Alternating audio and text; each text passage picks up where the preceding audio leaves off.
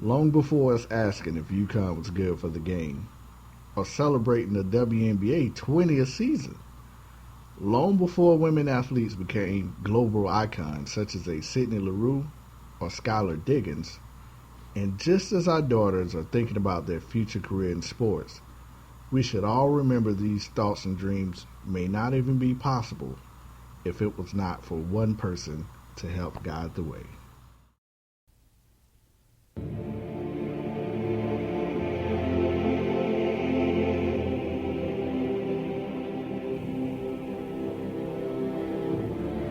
She broke all that ground for all those women in college sports and intercollegiate athletics. They all need to remember Pat Smith because she broke the ground for them. I remember seeing her on TV thinking, who is this woman? Like, who is this lady? And then when she began recruiting me and she came into my house and she left, and I just remember thinking, I want to play for her. Even though I never played for her, I always felt like she was kind of one of my coaches. To see her every time I went back to Knoxville, the word icon, the word legend is probably used too much in today's sports society, but it is certainly appropriate when describing Pat Summitt. That's what she was. There will never be another coach like Pat Summitt. She is the equivalent of John Wooden to the women's game. She didn't ask for your respect. She commanded it. She owned every room she ever walked into. And that's the best way I can describe her persona. You can't overstate how important a person she was, not just to women's basketball or women's sports, but to women, to everywhere, to progress for women. And the time that she came along, it was serendipitous because she was exactly the right person for the right time. I feel Pat every day. And when you're going through your daily life and you're thinking, you know, I might cheat something, or I might not give full effort, or I don't have to do this right now, you know, it can wait. And she's always there saying, no, it's not waiting, you're doing it now. And that's her in us, you know, that's what she built.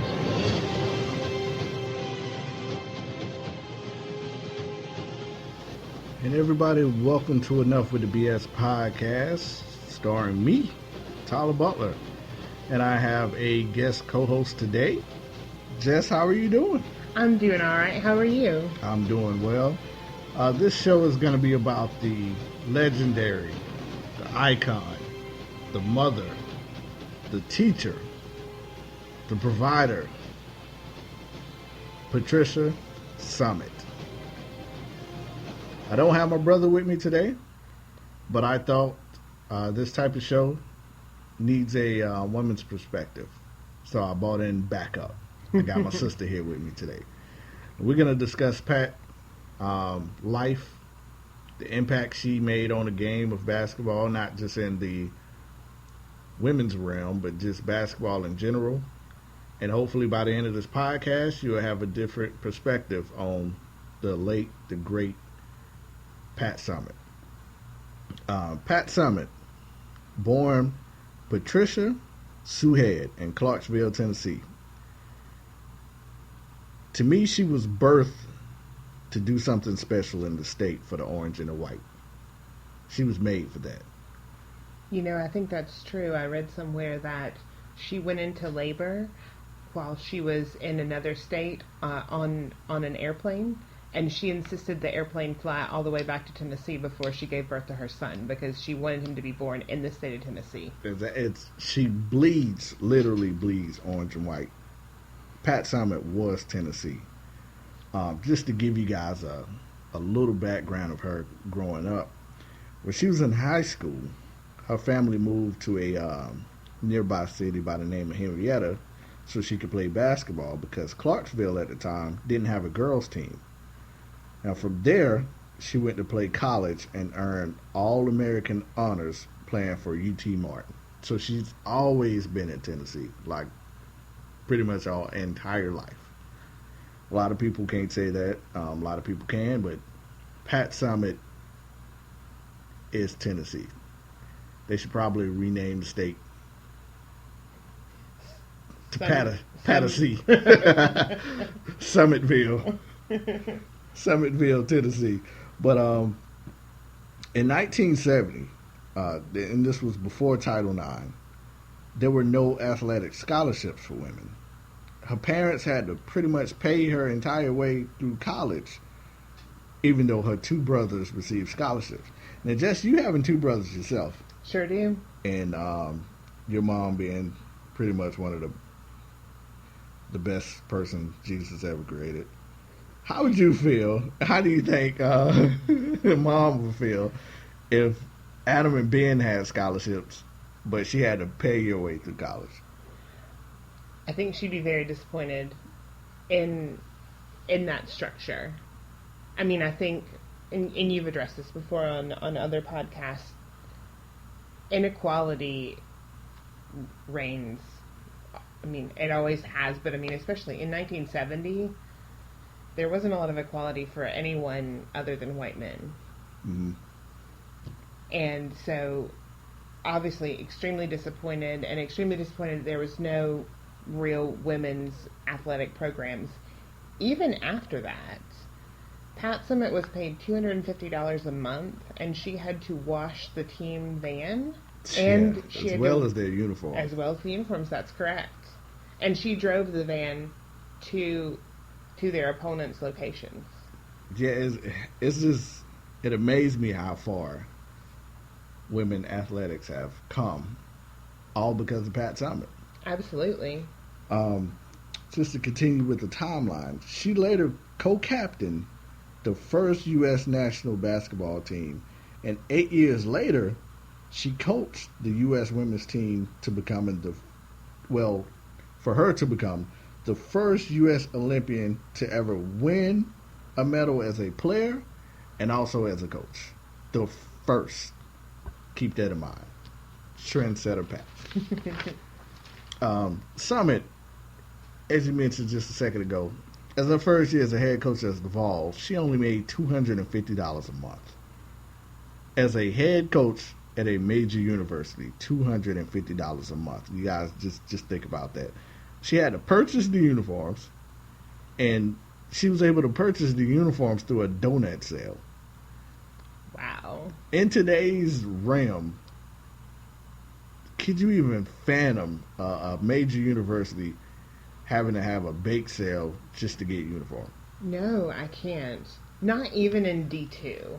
Yeah, Can seriously. I imagine? Not even in middle school. No.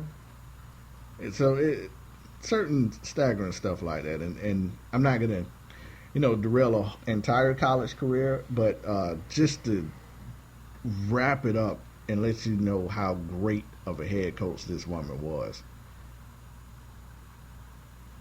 To me, this, and not even having anything to do with basketball, her graduation rate was 100%. 100. That's incredible. Yeah, those of you who did not graduate, that means everyone who came through our program graduated. More than 290 players altogether.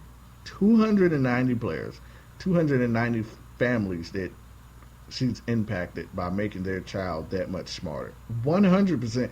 That is absolutely unheard of for everyone to graduate. It's incredible. More than 290 women who received college degrees. Yeah, and look at the impact. She's affecting the economy. Absolutely. Absolutely. And especially in the 1970s, when women were supposed to go to college to meet someone and get married and have kids and never work again. Right. And not actually graduate from college. It's phenomenal. It's just, and more, accolades about her coaching career. 18 Final Fours. 8 NCAA championships. That's third most in history, male or female. 16 SEC regular season tournament championships. 8-time SEC Coach of the Year. 7-time NCAA Coach of the Year. 1,098 wins, which to this day is the most in NCAA history, male or female. Just with that quick synopsis, Jess, what are your thoughts about Pat coaching career. I mean, she was revolutionary, really. I wanted to mention one more thing, is that she never had a losing season. Correct. She never had a losing season at any of her time at UT. You know, she started coaching when she was 22 years old. And for those of our listeners who are over the age of 22, think about taking on that amount of responsibility at 22 years old and being great at it right away. Yeah, think about it. Some of her players were just a year or two younger than her. That's absolutely correct. I mean, when I think about that in that way, and when I think about 22-year-old me, and just the fact that even in those early years of her coaching, she had winning seasons, and she graduated 100% of her players. She was consistently good. I don't even know what the word is for it. Yeah, it's hard to wrap your mind around it. Like, and I'm thinking about me at 22. I was a store manager, so I was responsible for maybe 5 to 8 people. Okay. But I'm not recruiting. I'm not making sale pitches to families. I'm not watching over them after we clock out. She was responsible for pretty much 13 or 14 people a year. Mm-hmm. Players, mm-hmm. not to mention the coaching staff, right, which you're also responsible for. Right. Ticket sales, merchandising, uniforms, and back in those days, transportation, where they're going to sleep. I read one story where they had to play a team, I think, 2 nights in a row. They slept in the team's gym. Yes, I read this as well. They slept, like, they laid out their sleeping bags and their mats, and they slept in the opposing team's gym. Yeah, the responsibility of a 22-year-old to know that you're responsible for someone's child at that age, but not one child, but 13 of them, and you're responsible for their well-being, make sure they eat, making sure they go to class, and you're helping them become women at the age of 22. And that's a frictional time in most people's lives, that 18 to 21, 22 range. The college years are pretty difficult. Yeah, absolutely. That's I mean, I couldn't even imagine. I think at the age of 22, the only thing I cared about was Little Caesars coming out with an extra large pizza. I wasn't thinking about graduating, helping someone else graduate. Right. I mean, really, at the age of 22, you should be thinking about how are you going to graduate. That's exactly it. And she was, and just like I said, just knowing, like, having the confidence and the ability, because sometimes people have one or the other, but it's rare that people have both the confidence and the ability to achieve what she achieved, especially at such a young age. Yeah, and it's man, I mean, and despite having an excellent, stellar coaching career, Summitt should be remembered by not what she did coaching women, but what she did for women in general, which is what we're discussing at this time. The impact she made for women in sports goes without compare to anyone I can think of. Oh, no, that's definitely true. And it's definitely true. Every female with a scholarship, to me, if you're playing women's sports at this time, you should think Pat Summitt, especially for the fight that she put up against Title IX. Now, a lot of you guys might not be familiar with exactly Title IX is, and I'm going to just give you a quick definition, Jess, and I kind of want your thought about it. It's pretty much, it was no person in the U.S. should be judged on the basis of their sex, or excluded from participating, to be denied from benefits and discriminating and things of that nature. Just what is like your idea of exactly what Title IX is? Well, to me, Title IX was just evening the playing field for men and women's sports, because